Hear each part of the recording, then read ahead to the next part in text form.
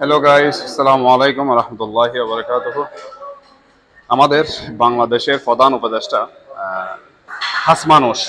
আসিফ মাহমুদ ভাই, উনি বেশ কয়েকদিন ধরে সমালোচনার মুখে আছেন। উনি অফিস করতে পারতেছে না একটা সামান্য বিষয় নিয়ে।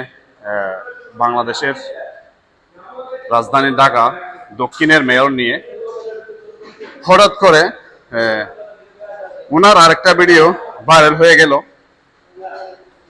উপদেষ্টা আসিফ মাহমুদের, উনি তাদের এনসিপির কয়েকজন নেতাকে নিয়ে রেস্টুরেন্টে ঢুকতেছে।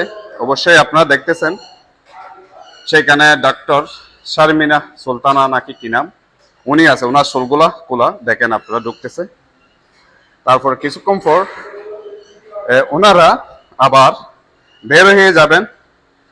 আমাদের বাংলাদেশের উপদেষ্টা আসিফ মাহমুদ হোয়াইট কালার একটা মাস্ক পরা, ওনাকে দেখেন আপনারা। তো কিভাবে ওনারা একটা দলের সাথে এভাবে মিটিং করতেছে, কি কারণে মিটিং করতেছে, অবশ্যই এখন জনগণের কাছে পরিষ্কার হয়ে গেল কেন করতেছে। এই জন্যই ওরা বলতেছে নির্বাচন এখন হবে না, জুনের মধ্যে হবে। ভাই, আমরা এত বোকা না, আমরা এখন বুঝতেছি একজন উপদেষ্টা হয়ে একজন দলের সাথে কিভাবে মিটিং করে।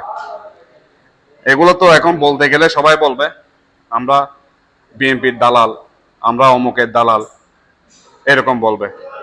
তাই আপনাদেরকে ভিডিওগুলো দিয়ে দিলাম, আপনারাই বিবেচনা করেন, আপনারাই দেখেন কি হচ্ছে দেশের মধ্যে।